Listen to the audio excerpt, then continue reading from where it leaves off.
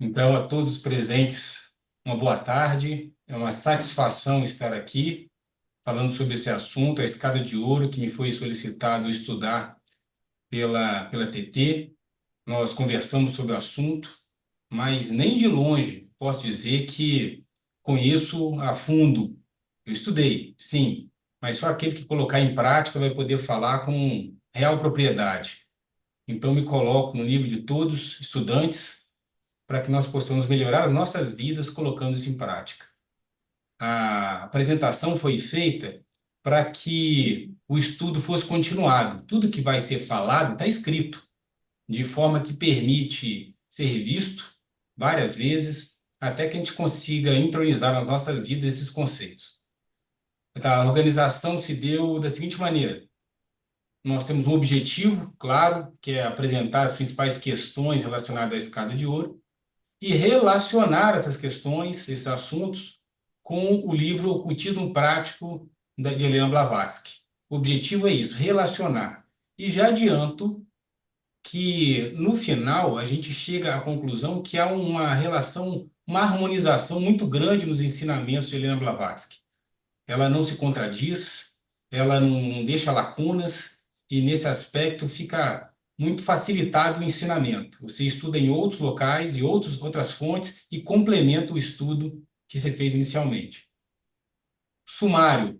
Ele vai falar sobre informações gerais da escada de ouro e logo depois passa para outra tela que vai fazer a citação do ocultismo prático. Então, nos 13 degraus, nós vamos fazer isso, tá ok? Mostra a escada de ouro, depois o ocultismo prático. E o relacionamento desses conceitos, que é a finalidade do estudo.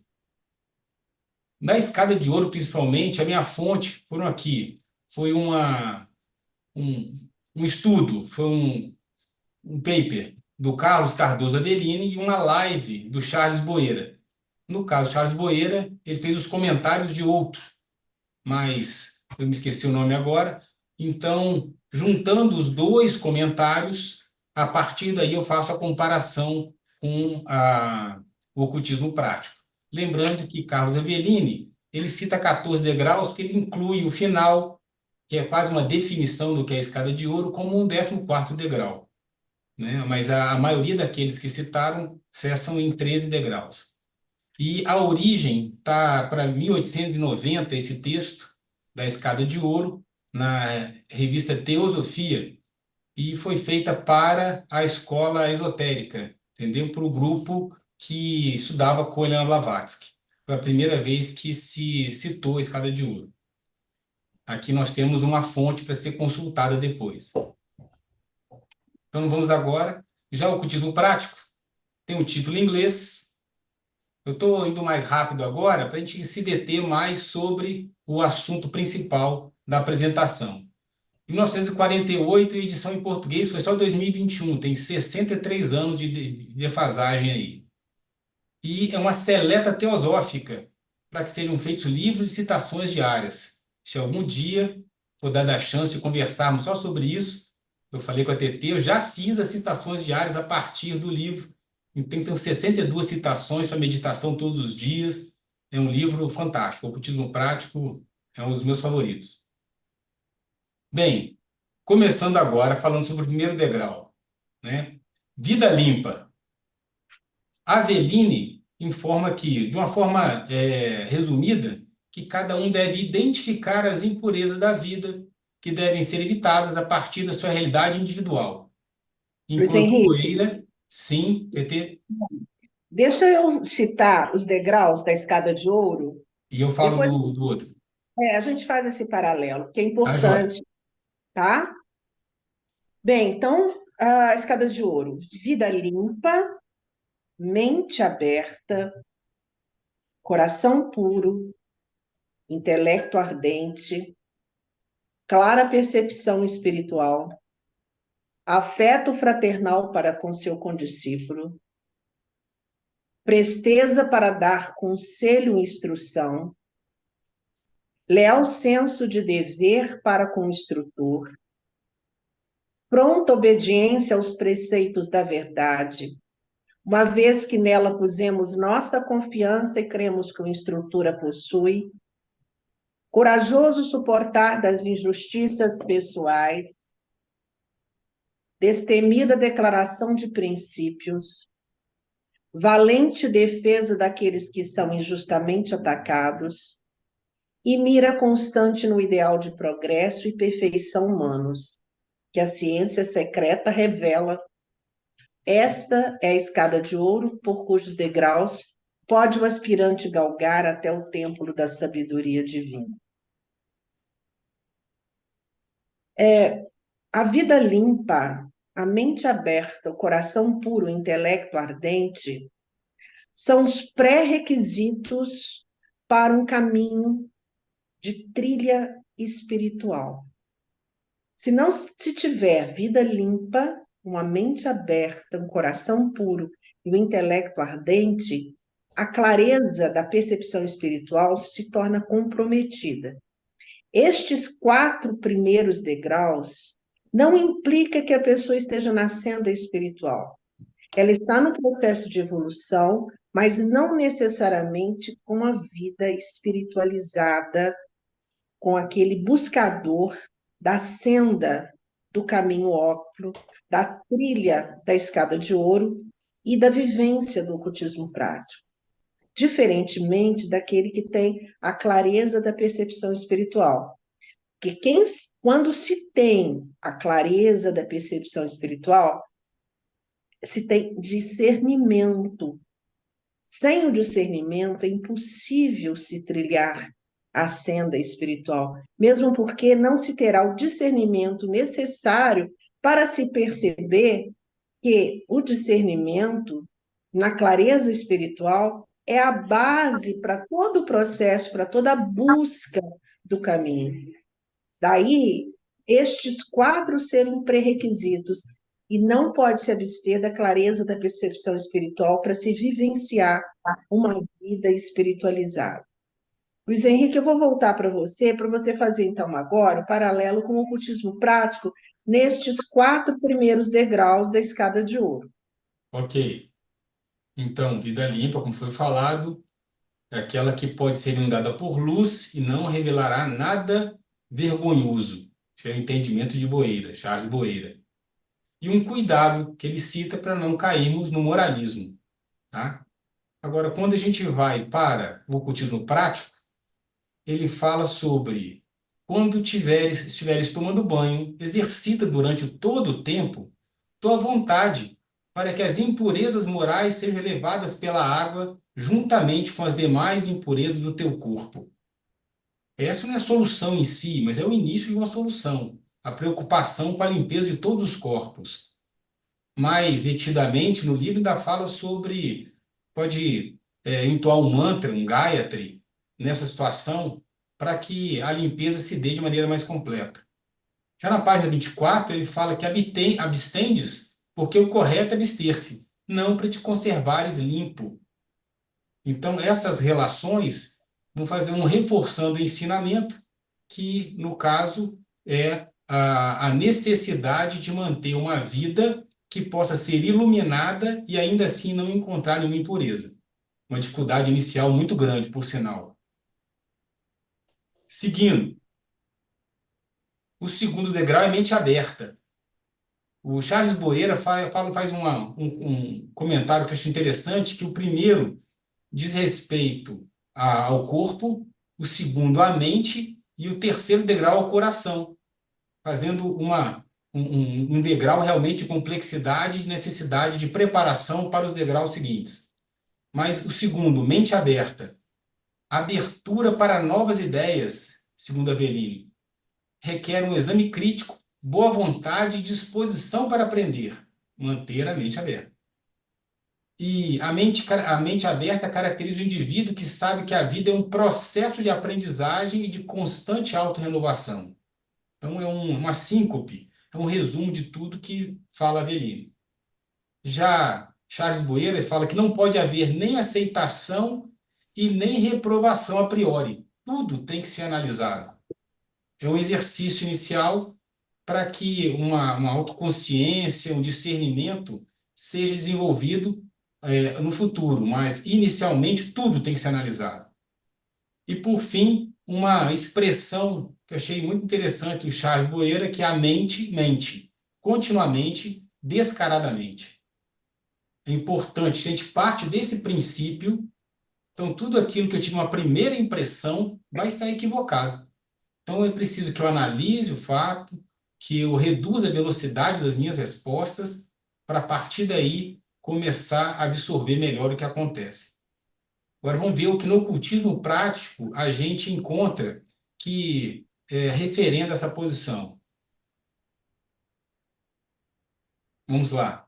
Acostuma-te ao pensamento de que ninguém, além de ti, pode dar-te assistência e desapega-te de tuas afeições em relação a todas as coisas gradualmente. Isso aí é uma autoconsciência.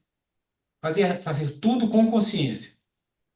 E na página 48, a gente encontra que a primeira grande e fundamental ilusão é que tu tens de vencer é a identificação de ti mesmo com o corpo físico.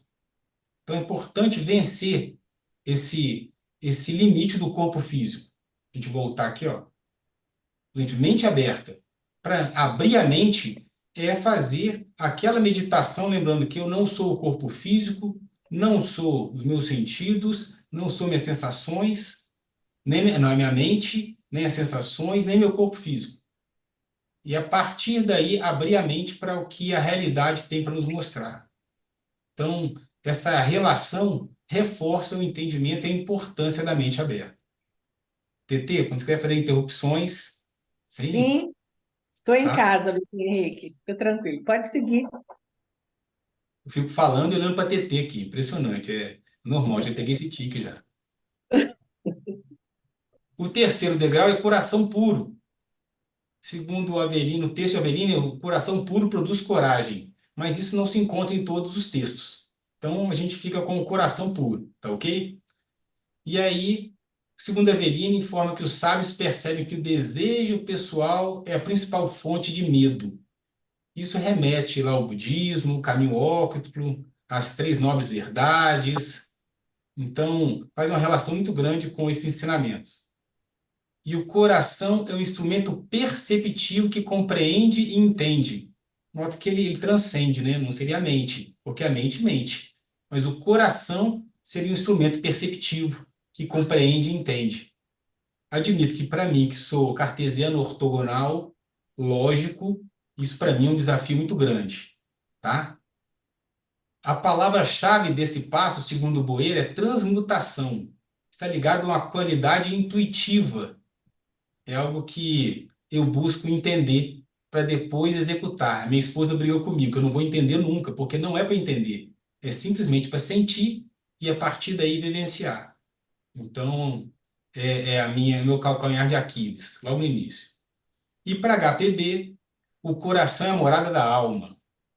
Agora vamos buscar lá no ocultismo prático uma relação de coração puro com o ocultismo prático, tá ok? Aí, página 30. Note que é dessa edição da editora teosófica. A pureza do coração é uma condição necessária para o atingimento do conhecimento do espírito. E há dois meios principais pelos quais essa purificação pode ser atingida. Em primeiro lugar, afasta persistentemente todo mau pensamento. E em segundo, mantém a mente tranquila sob quaisquer condições, nunca te agitando ou te irritando por qualquer coisa. Descobrir-se-á que esses dois meios de purificação são melhor estimulados pela devoção e pela caridade. É digno de nota que no próprio ocultismo prático, em determinada situação, Helena Blavatsky informa que os pensamentos, o pensamento ruim, o pensamento mau, tem a sua validade, que mostra já uma intenção de se proteger, de agir. Os pensamentos ociosos, sim, esses têm que ser abolidos completamente.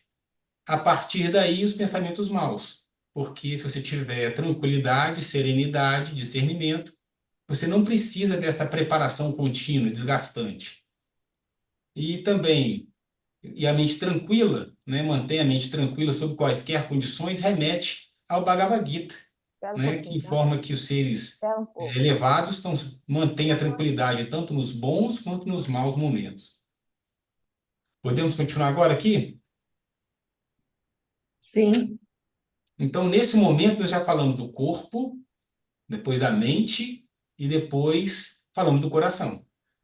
Charles Boyer informa que esses 4 iniciais referem-se realmente a aspectos pessoais claros. São ações que se comparam aos yamas e niyamas do budismo. Tá? 4º degrau, intelecto ardente. Está ligado a uma inteligência intensa, questionadora, que coloca a verdade acima de outras considerações. Eu gosto dessa frase, que vai ao encontro de outras que a gente ouve muito, como a teosofia sendo aquela que considera a verdade superior às religiões. E também a inteligência intensa e questionadora, que para mim é natural e tem tudo a ver com a mente aberta anterior. Uma mente aberta necessita de um intelecto ardente. É a ânsia, o ardor da procura por conhecimento. Esse é o entendimento de Boeira. E está ligado ao aspecto vontade, que a vontade é o primeiro aspecto do Logos, foi reformado por Boeira. Nesse momento, a gente vai voltar ao ocultismo prático e vamos buscar alguma coisa relativa ao intelecto ardente. Aí na página 15 a gente encontra o que é muito difícil para quem quer ler o livro, livros interessantes, muito conhecimento. Não leias em demasia, e se leres por 10 minutos, reflete por outras tantas horas. Isso é difícil de colocar em prática, já que a gente quer terminar o livro, quer pegar o conhecimento, mas a reflexão ela considera mais importante do que o aspecto cognitivo da leitura do livro. Na página 16, a gente encontra que o principal requisito para a aquisição do autoconhecimento é um amor puro. Busca o conhecimento por puro amor e o autoconhecimento finalmente coroará o teu esforço.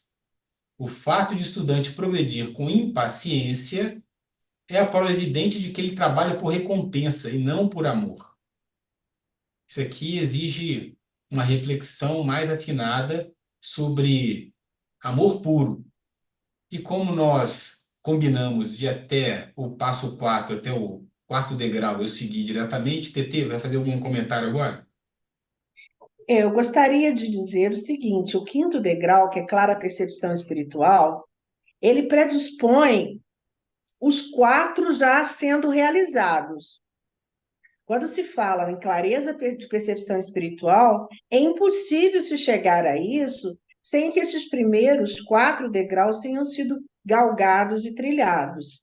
A gente observa que HPB enxerga tanta sabedoria como a estreiteza mental, ela vê a felicidade, o sofrimento, o prazer e a dor, o discernimento, a ilusão.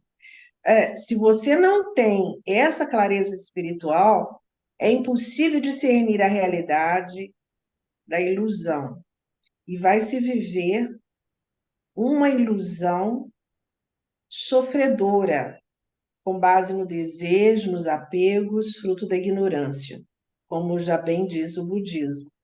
Então, uma percepção espiritual livre de distorções, ela resulta pouco a pouco da decisão de dedicar a nossa vida a metas nobres. Quando se tem clareza de percepção espiritual, a mente, por já estar aberta, ela vai ter foco e meta naquilo que está além, que transcende a forma. E tudo que transcende a forma implica em desapego, desapego daquilo que está materializado, que é a forma. E o desapego, que é a fonte da liberdade, ele vai levar a nossa mente a regiões ainda não conhecidas. Daí, na meditação, nos mantras, quando se entra nesse estado profundo, buscando harmonia dos corpos, passa-se por este trajeto de libertação da forma, chegando a entender o que é a realidade da vida, transcendendo estas formas do aspecto físico. É muito importante se entender que não há meios de se chegar a esse degrau sem ter vivenciado os outros antes. Isso é ponto pacífico. Os 4 degraus como pré-requisitos da clareza da percepção espiritual. Há uma reorientação da vida que, para ser governada por circunstâncias externas, você precisa sentir dentro de você um chamado para a volta à casa do Pai. Depois, feito esse recuo, há um avanço, parece que contraditório, mas nesse recuo é que se avança. Qual recuo? Nesse recuo de dentro para dentro, para então poder ir para fora, recuar para avançar. Só então você tem condições de trilhar o 6º caminho da escada de ouro, que é o 6º degrau. Veja bem, clareza da percepção espiritual, pré-requisito para afeto fraternal para com seu codiscípulo. Quando se tem a clareza da percepção espiritual, o afeto ele chega como uma decorrência, especialmente o afeto para com seus pares. Quando se tem a clareza da percepção espiritual, nós conseguimos nos tratar como irmãos. Estamos todos buscando a mesma, de forma diferente que seja, a mesma meta, que é a da libertação. Só se consegue compreender o irmão, o outro como irmão, ou seja, de forma afetuosa, quando se tem clareza de percepção espiritual. E aí você vai estar pronto para dar conselho e receber conselho, porque você olha o outro como irmão, como extensão de si próprio, apto a trabalhar com ele conjuntamente, em harmonia, buscando receber e doar na mesma proporção que um irmão é capaz, na mesma proporção que nós somos capazes de olhar o outro como extensão de nós mesmos. E aí você olha e é capaz de apontar: cuidado com o caminho que você está trilhando, irmão.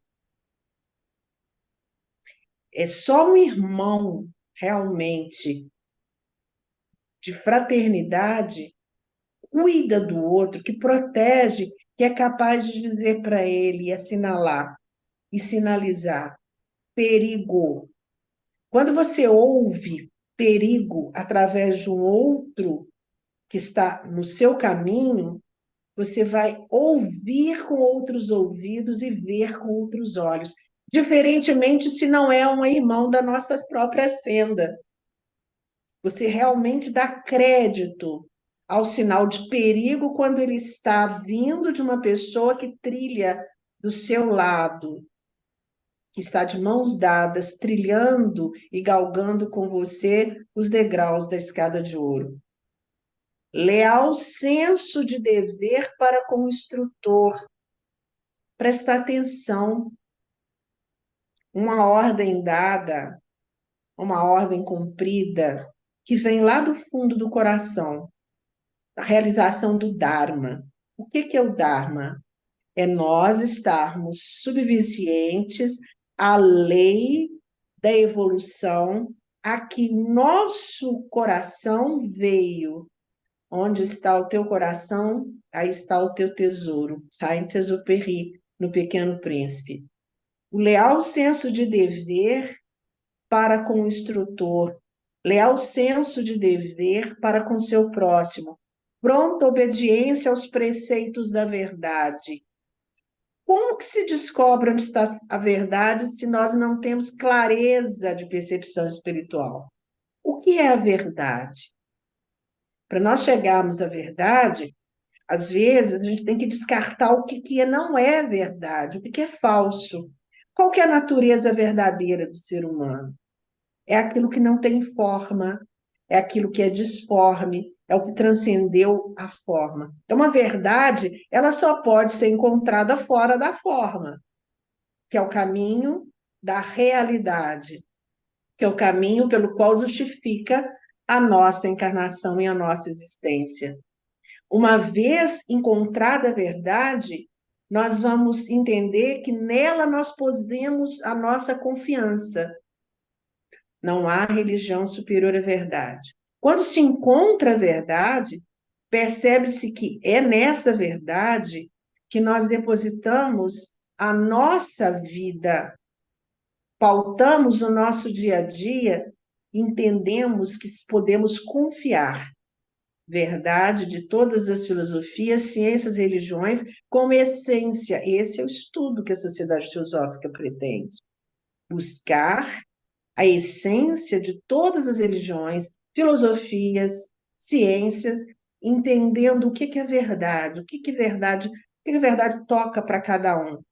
E ali, quando se descobre, existe um sentido de confiança, de certeza, de retidão, de impossibilidade de recuar, somente de avançar. Corajoso suportar das injustiças pessoais. Corajoso suportar das injustiças pessoais. Porque quem está sendo atacado no pessoal é a forma, é a matéria, é o efêmero, é o transitório, é a ilusão. Daí, corajoso suportar daquelas injustiças que não devem te tocar, porque se as injustiças são pessoais, ela fragmentou o ser em pessoa, em matéria, em coisa que é palpável. E esse é um desafio para cada um de nós, corajoso suportar das injustiças pessoais. Quando estamos vivendo situações que sentimos-nos injustiçados e sentimos dor, é porque o nosso pessoal está sendo atingido. Nós ainda não atravessamos o outro lado da matéria para transformar. O que é transformação? Trans é o que está além da forma. Quando nós estamos transmutados, transformados, o sentido de injustiça pessoal ele não nos atinge, porque nós já não estamos mais no nível pessoal, já transcendemos, ainda que sejam estágios. As provas vêm para nos testar em que degrau nós estamos. Ou melhor, em que nível daquele degrau, o quantum de aprendizado naquele degrau nós estamos vivenciando. É só o desafio externo que é capaz de nos chamar para nos levar ao autoconhecimento do que nós somos capazes de enfrentar, das nossas dificuldades, das batalhas que já foram vencidas, daquelas que estão ainda por vencer. Para isso, esse suportar das injustiças pessoais faz toda a diferença. Ainda que nos reconheçamos como espiritualistas, irmãos que estão trilhando a senda, é difícil observar o quanto os nossos irmãos, o quanto nós somos tocados quando somos atingidos na nossa moral, na capacidade que nós não temos de reconhecer que o outro não nos é grato, e como é que nós reagimos à ingratidão. Tudo isso significa, de alguma forma, em alguma medida, que estamos nos sentindo injustiçados. Fizemos para o outro, doamos para o outro, ele foi incapaz de nos reconhecer, de nos agradecer. Isso não é problema nosso. O problema deveria ser do outro. Quando nós começamos a sentir dor pela falta de reconhecimento e da falta de gratidão, significa que nós precisamos ainda sermos provados aqui, no mérito da justiça. O que é justo, o que é injusto. A justiça, ela passa por um processo de transmutação para ser vivenciada. Enquanto isso não ocorre, seremos testados uma vez, duas, três, quatro, até que possamos lutar destemidamente numa declaração de princípios. Quais são as declarações de princípios que norteiam as nossas existências? Os princípios da ética, da moralidade, a prática dos bons costumes, da boa convivência, destemida declaração de princípios. Princípios de olhar o outro como irmão, observando que se nós possuímos falhas, quem somos nós para requerermos do outro perfeição? Olhemos primeiro para nossas imperfeições antes de olhar para as imperfeições do nosso vizinho. Quando nós conseguimos fazer isso, nós estamos trilhando e percorrendo o caminho para a verdade, que de alguma outra forma para o amor, para a essência das relações que nos norteia. E então, nós poderemos fazer a valente defesa daqueles que são injustamente atacados. Mira constante no ideal de progresso e perfeição humano, a partir da valente defesa daqueles que são injustamente atacados.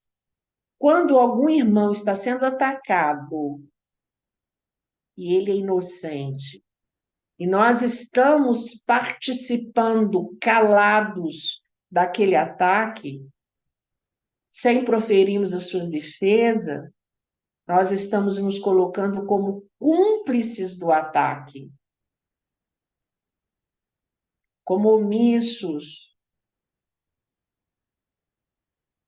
Se algum irmão é atacado e nós não fazemos a defesa dele,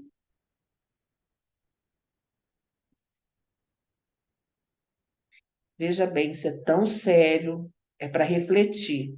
Se um irmão está sendo atacado e nós não fazemos a defesa dele, nós estamos, entre aspas, né, pecando gravemente, pois se nós temos esse conhecimento, na mesma proporção do conhecimento, nós seremos cobrados. Diferentemente, o mesmo ocorre, mas se a pessoa não tem o conhecimento que temos enquanto estudantes de ocultismo, da teosofia de esoterismo, o custo, o preço que ele vai pagar não é o mesmo nosso, pois nós temos o território, o mapa da mina, é hora de praticar.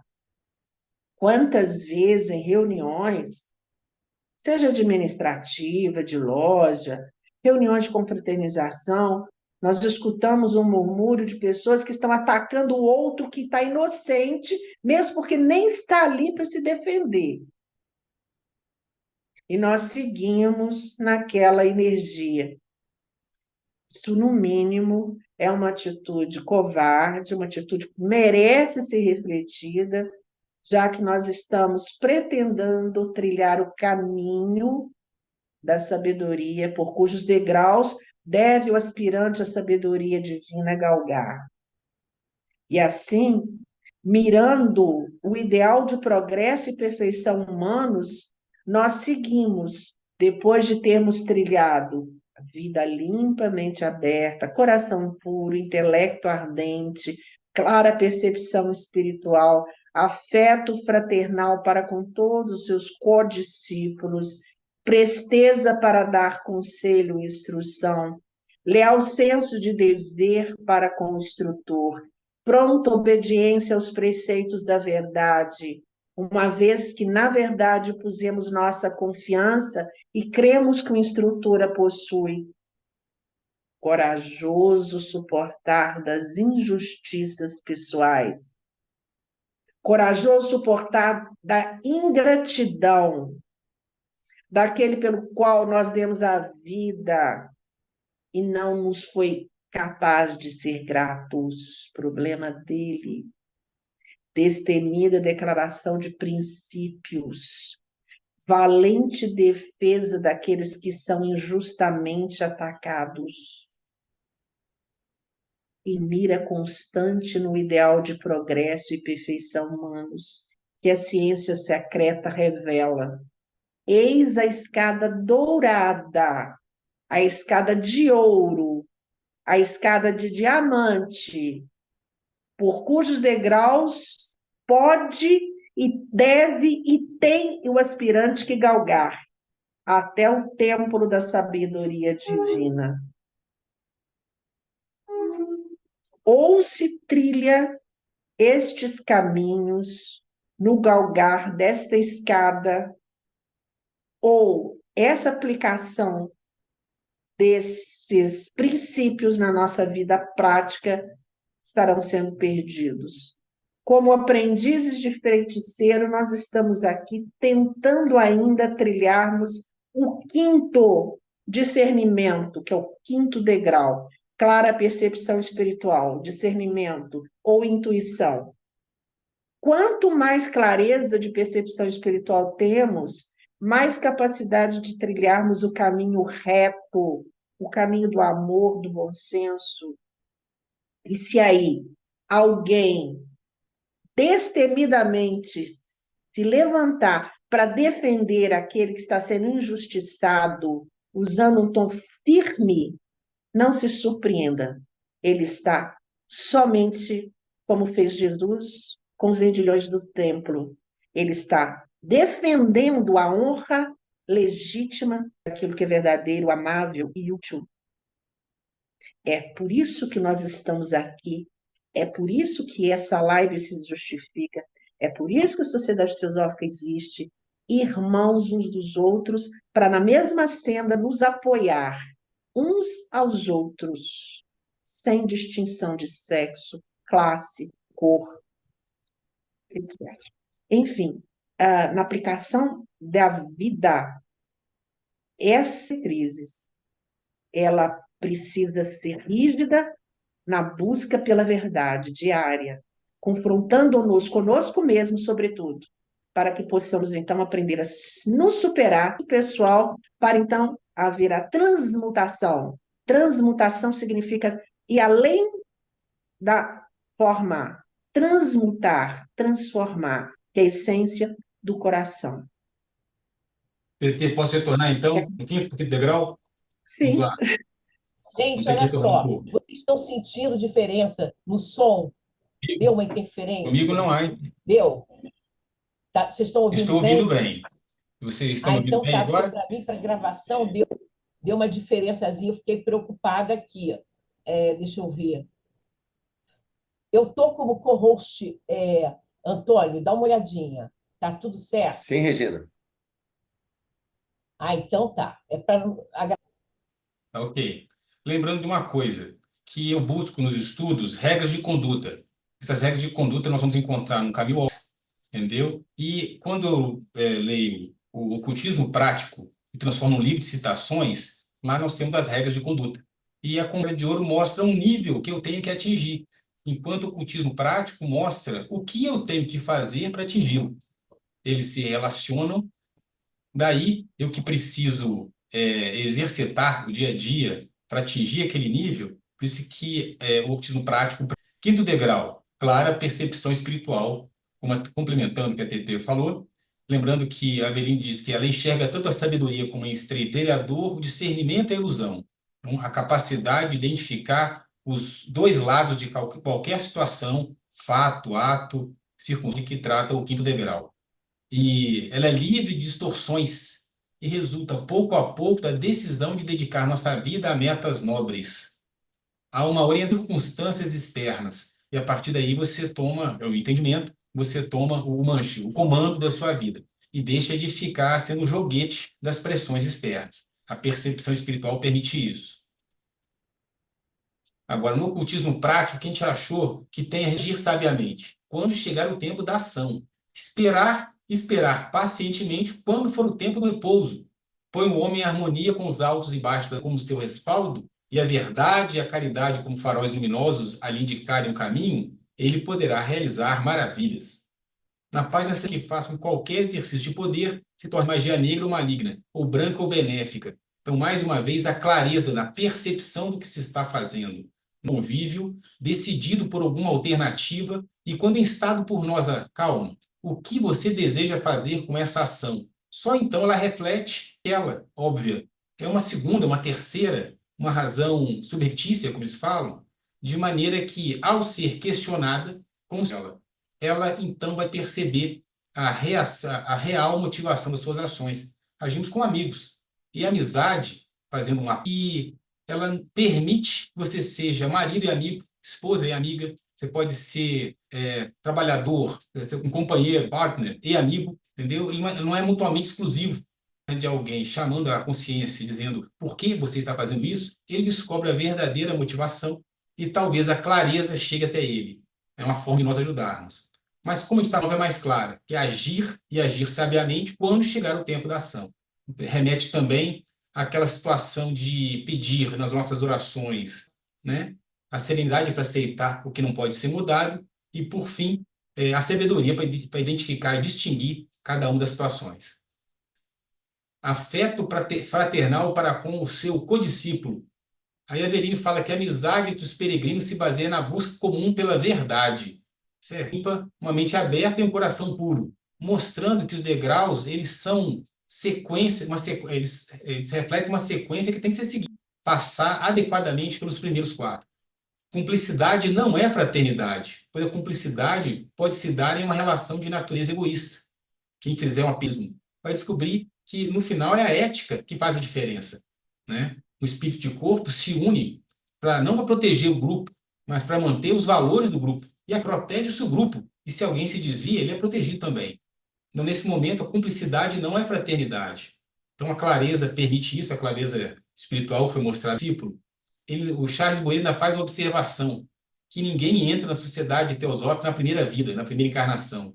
Nós já somos buscadores, mentes inquisitoras, que com essa vontade, inclinação, acabamos tendo a chance e o merecimento de termos contato agora, né?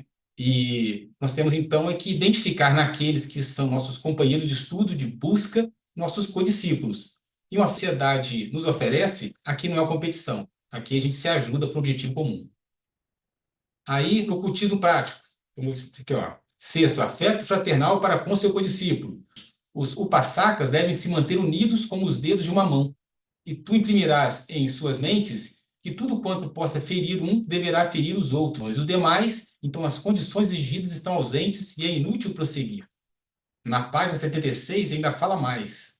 Nenhum Lanu, discípulo, pode sentir diferença entre si mesmo e seus quanto e agrado mais o instrutor ou a minha comunidade do que o meu irmão, etc. E permanecer o Upasaka.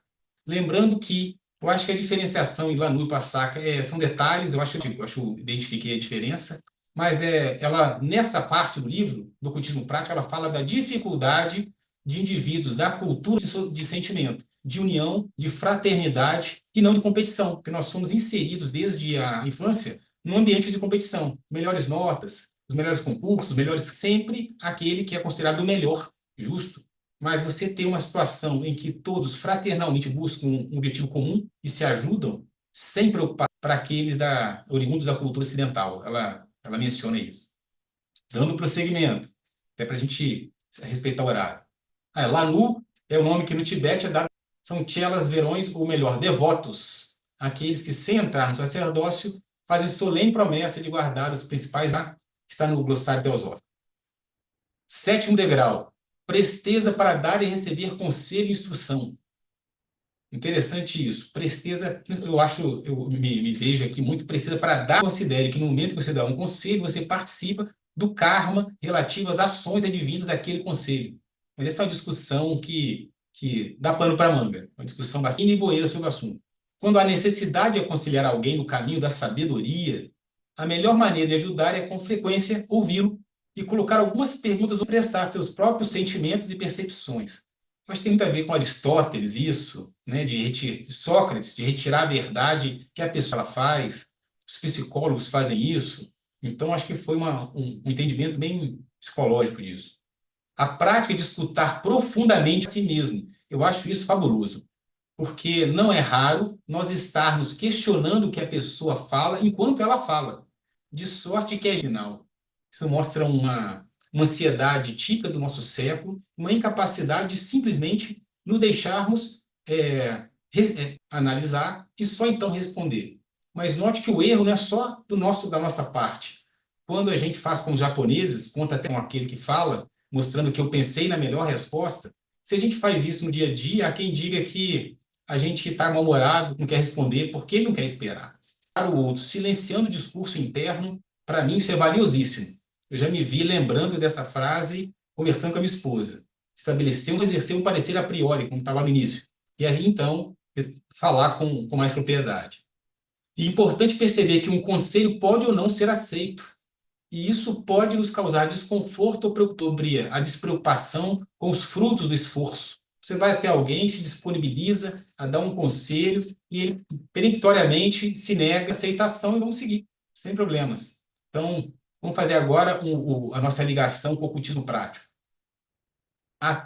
Página 46, aquele que priva quaisquer de seus companheiros da luz, sabiamente lhes oferecer, e que vive para o acúmulo de coisas materiais e para sua própria gratificação pessoal, é o verdadeiro ladrão. Ele priva o outro da chance de aprender. Forte com relação a isso, até ter um dia desse, se possível, vai conversar com a gente sobre isso, mas é porque quando você vai estudar o hermetismo, o princípio básico é que os lábios da sabedoria só se abrem em condição de entender. Então, os lábios da sabedoria só se abrem para isso mesmo, para as fontes do conhecimento, é isso. Ele simplesmente não fala. Tem exemplo de Hermes, quando questionado sobre alguma coisa, ele não fala nada. Se fizer uma referência ao budismo, que é a parte de não uma coisa pela metade, vai mentir, não fala. E a partir daí, só falar quando achar que é valioso, entendeu? Mas se a pessoa, ao invés disso, ela perde essa chance, entendeu? Ela mostra que ela não está antenada com os objetivos de fraternidade da teosofia, tá bem? Lembrando que os lábios da sabedoria só se abrem para os ouvidos do entendimento. De ouro, de novo, 8º degrau. Leal senso de dever para com o instrutor. A palavra instrutor indica a fonte de nossa aprendizagem e do nosso conhecimento, ok? E o instrutor fala através de todos os eventos da vida. Já em termos práticos, já Avelino também, o instrutor é nosso próprio eu superior. E para ouvi-lo, se não me engano, a vozes para ouvir a voz única, que seria do nosso o eu próprio, nosso eu superior. E a ele devemos respeito, é o nosso dever não só escutá-lo, mas agir atenciosa e desrespeitosa. Então vamos ao ocultismo prático e vamos verificar o que fala naquele livro sobre isso. Nenhum homem, na página 29, nenhum homem é teu inimigo, nenhum homem é teu amigo, e todos são muito importantes para a meditação, muito importante na convivência diária. Admito que eu adoro essa frase. Já na página 43, a gente encontra fazendo a correlação lá, o que dizia os dois anteriores, né? A vida é o grande instrutor, é a grande manifestação da alma, e a alma manifesta o Supremo. Daí, todos os méritos do grande objetivo que é a devoção. A devoção é o êxito na ação, diz o Bhagavad Gita. Então, ela mesma faz referências ao Bhagavad Gita. Além do que vem a ser a enorme e quase ilimitada responsabilidade assumida pelo instrutor por causa do discípulo. Ele se responsabiliza pelos discípulos até eles se tornarem mestres. Então, no momento em que eu conduzo alguém, eu me responsabilizo pelas ações dele dentro daquele sim, se torna mestre, ele passa a assumir as consequências daquilo que ele faz. Ele faz até uma referência aos padrinhos, que é esquecido no cristianismo, a importância da continuidade da criação dos seus afilhados, na ausência dos pais. E às vezes a gente esquece isso na agitação da vida moderna. Vou dar continuidade, tá, gente? 9º degrau. Pronta obediência aos preceitos da verdade. Entre os preceitos, há várias e grossas camadas de hábito e de rotina. Isso é de Avelino. Às vezes, essas camadas estão ocultas por elegante parte de Avelino. A vontade espiritual surge tão logo vemos a meta à nossa frente e confiamos no instrutor, que é fundamentalmente o nosso próprio eu imortal. Eu me lembro que em outro livro, se não estarmos com a busca pela sabedoria, é como estarmos na frente de um prato de comida, mas a gente não tem fome. A gente sabe que aquilo é bom, faz bem, mas eu não tenho fome. Então me falta a vontade de adquirir, vontade de conquistar algo mais. mas a conflitual nos revela, é Boeira, Charles Boeira que nos fala isso. Então, essa pronta obediência aos preceitos da verdade não significa aceitação cega, mas uma vontade da verdade. Essa discussão sobre verdade, ela é extensa, porque há quem considere, como eu, que existem níveis de verdade, aquilo que eu consigo compreender e conceber estações, aprendizados com outras pessoas, já é possível conceber novos níveis de verdade, mais completas, mais complexas, e a partir daí eu teria, né? Mas isso aí é uma discussão rica para uma outra situação. Vamos verificar agora o que no cultismo prático a gente consegue entender, receber disso. Olha só, pajeiro é deixar que o motivo para a ação esteja na ação em si mesma, jamais na sua recompensa. Não ser incitado à ação pela expectativa do resultado, e nem tampouco ceder à propensão em verdade. Seguir a verdade porque é verdade, não porque eu tenho expectativa de algum retorno. Na página 45, ainda fala que é uma lei eterna que o homem não pode ser redimido por um poder exterior a si, trazida pelo eu interior, nosso eu superior, e a partir do momento que nos conectamos com essa vontade, essa verdade interior, aquele passo com 2 passos à frente. Então, a mente, na página 78, deve permanecer impassiva a tudo que não sejam as verdades universais da natureza, para que a doutrina do dualismo esotérico vazio. Em última análise, é colocar em prática isso. Buscar a verdade e colocar em prática. 10º degrau. Corajoso suportar as injustiças sociais, injustiças pessoais, né? O nível inferior da vida humana é certo como fonte de lições. Aveline. Então, existe uma parte, eu não sei se eu coloquei aqui, porque ela só maneira, mas é uma das citações que eu acho a citação 12 que eu coloquei, é que se nós nos consideramos inseridos no fluxo deve ser considerada por nós como sendo justa. E ainda que tal circunstância seja um fracasso para as nossas expectativas, ela é aquela paciência e serenidade de que nos falava Krishna. Então, é uma das citações, ela só tocava isso, mas é uma das que eu mais gosto. Então, tudo aquilo que nos chega é justo. A partir daí, eu tenho que superar, reagir adequadamente, porque seria um corajoso suportar das injustiças pessoais. Mas a força interior cresce, seja Aveline. Agora, essa é a parte que eu coloquei sublinhada, porque ela suscita muitas, né, muitas dúvidas e muito eu que faço a pergunta, eu nem consigo responder. Podemos ter de nos defender às vezes, mas isso nem sempre será necessário.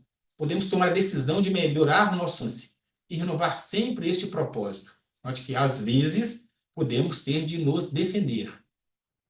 Aí, abaixo, o próprio Boeira, a vencida, mas a defesa das verdades eternas nunca pode ser descurada.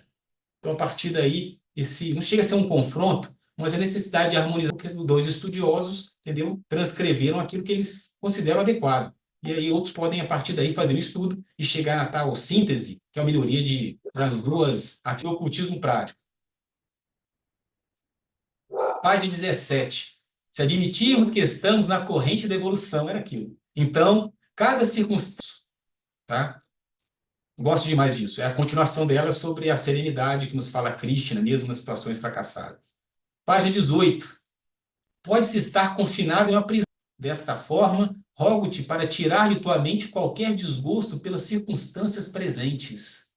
Então, nesse momento, sobre ser um trabalhador pela causa, ler Os Trabalhadores Invisíveis, acho que foi pegar o nome do Leadbeater, e também o Plano Astral.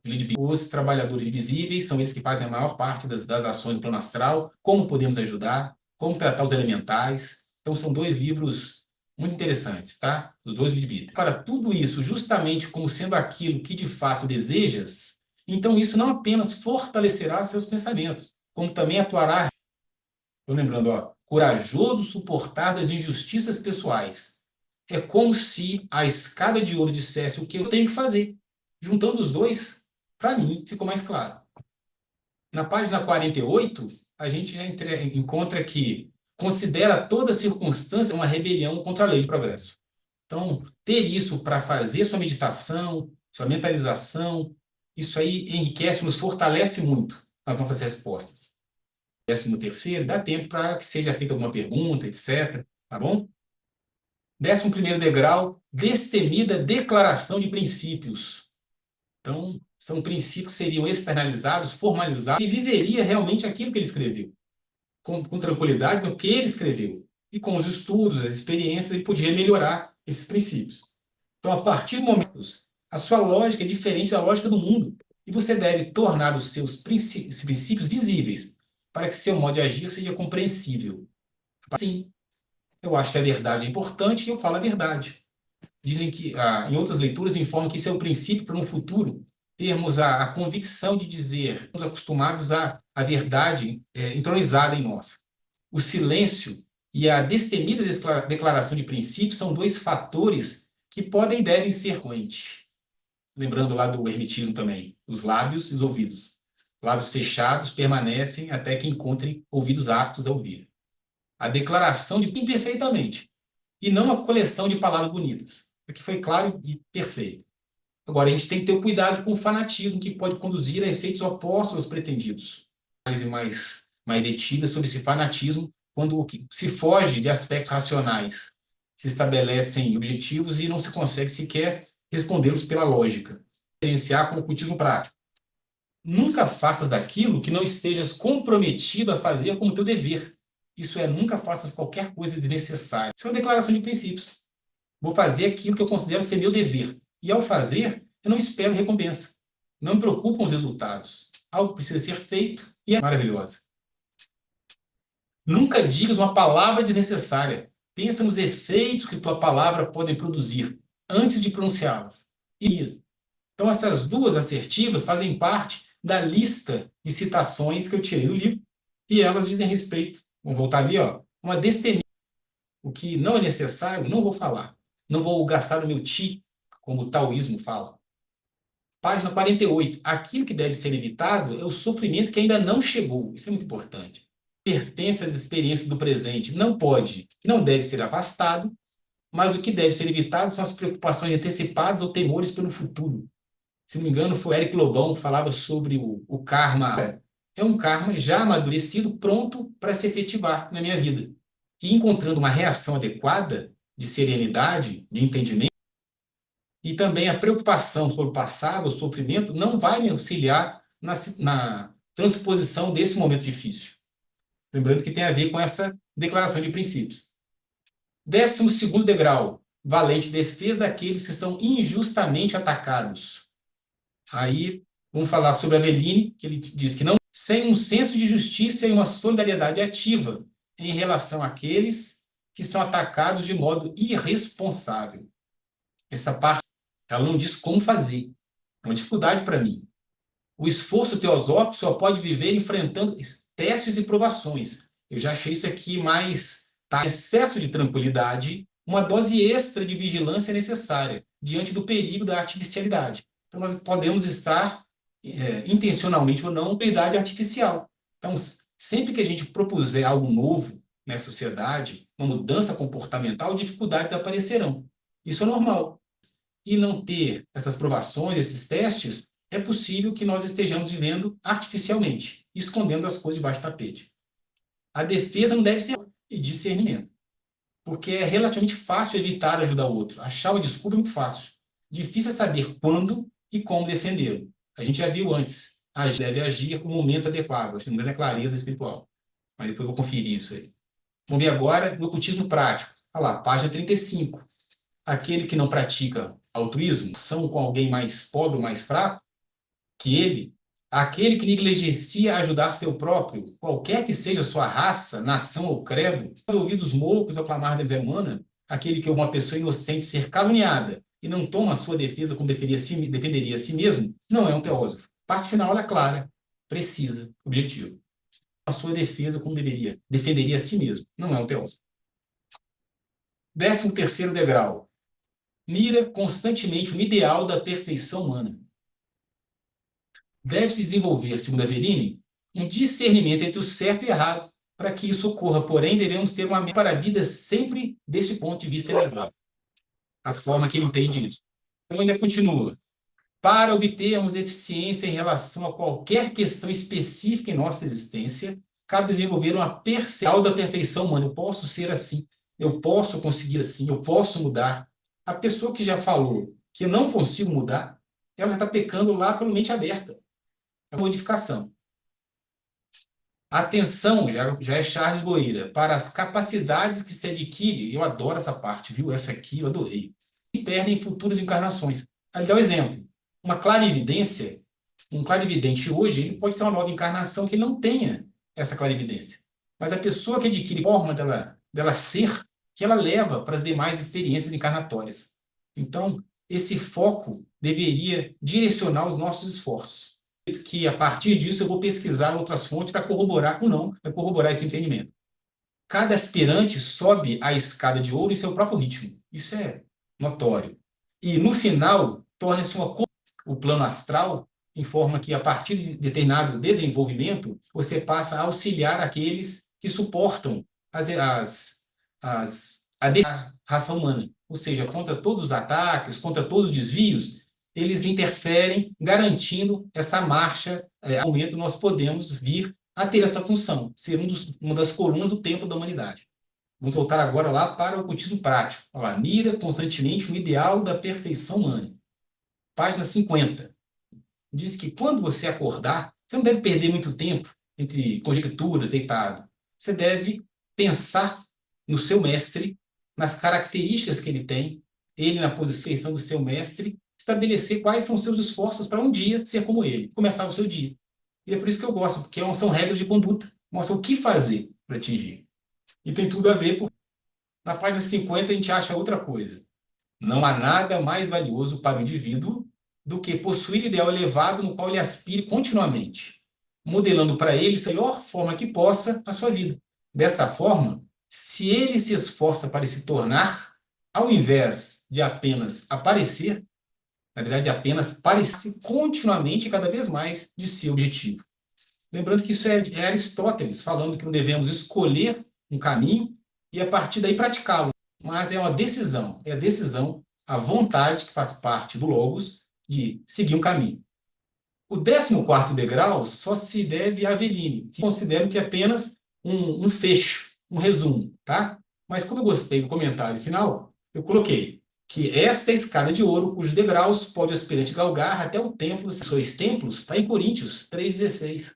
Então, nada do que se fala é novo, nada do que se fala é novidade. Essa ponte, a escada, liga a consciência terrestre, a consciência divina e celeste em nosso próprio, vários passos à frente, como falou a TT. Só que na escada de ouro, de Aveline, ele começa falando sobre outro assunto. Ele fala sobre está falando disso, né? Ou poderes do Ahá, que são reservados unicamente para aqueles que são capazes de consagrar suas vidas, sujeitar-se a ele ao pé da letra. Então, a esses, ele fala sobre os degraus pode o aspirante galgar até o templo da sabedoria, e lá ter condição de receber os sítios ou poderes. Tá? Disponibilizado já, e quem precisar, a gente pode mandar tudo isso aqui pelo WhatsApp, tá bem? Existem magos de nascença, místicos e ocultistas de nascimento, por direito de herança, sofrimentos e fracassos. Livraram-se dos sentimentos de personalidade inferior, paralisaram desse modo o animal astral, e assim a porta de ouro, conquanto estreita, se abre. Nasceram e foram abençoados com a situação. Para nós, estudantes da teosofia, sabemos que isso é o fruto de esforços de encarnações interiores, são imaturidade de adequadamente gerenciar esses sítios ou poderes. É possível que se nós, nesse momento, fôssemos alçados à condição de tê-los à nossa disposição deles. Então, é importante primeiro se preparar. Daí a importância da escada de ouro. Por fim, note que eu alterei, porque esse texto, os poucos, é do início do texto de Aveline. Então, o futuro da teosofia depende do esforço silencioso daqueles que pesquisam sobre o processo do discipulado leigo. E dentro da limitação dele, logo no início do ocultismo prático, ele fala: acordar, imaginar o seu mestre em Samadhi e imaginar todas as qualidades dele e o que você pode fazer para chegar nela, por toda a vida. E é isso que a escada de ouro representa.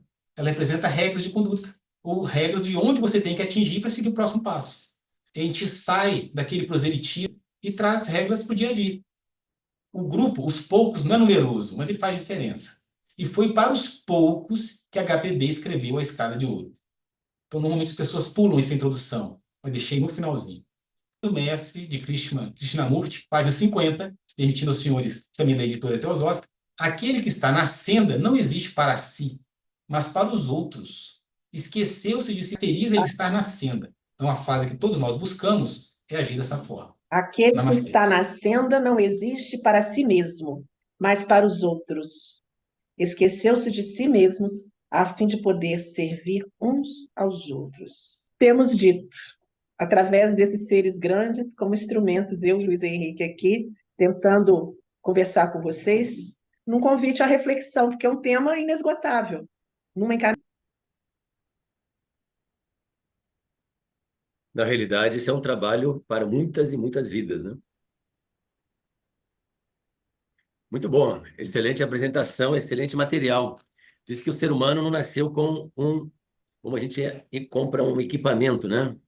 Normalmente qualquer equipamento, a gente, o humano leigo, que vive no mundo profano, vamos dizer assim, no sentido de ver às cegas, acaba tateando durante inúmeros imemoriais tempos si mesmo, né?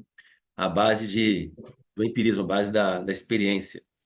Mas uma orientação como esses da escada de ouro são muito valiosos, perceber o quão valioso ele é e o quanto valioso pode ser esse caminho reto, né? Lembrando aquela frase, fazei retos caminhos para o Senhor. Na realidade, ser senhor de si mesmo é uma missão muito longa e é o que a gente tem que fazer aqui, né?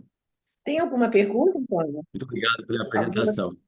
Vamos deixar em aberto agora para as perguntas e algumas dúvidas ou comentários. Eu vou Luiz Henrique já encerrar a tinha concluído já, gravação, Luiz Henrique? Já, tá? tá? Vamos encerrar a gravação? Vamos lá.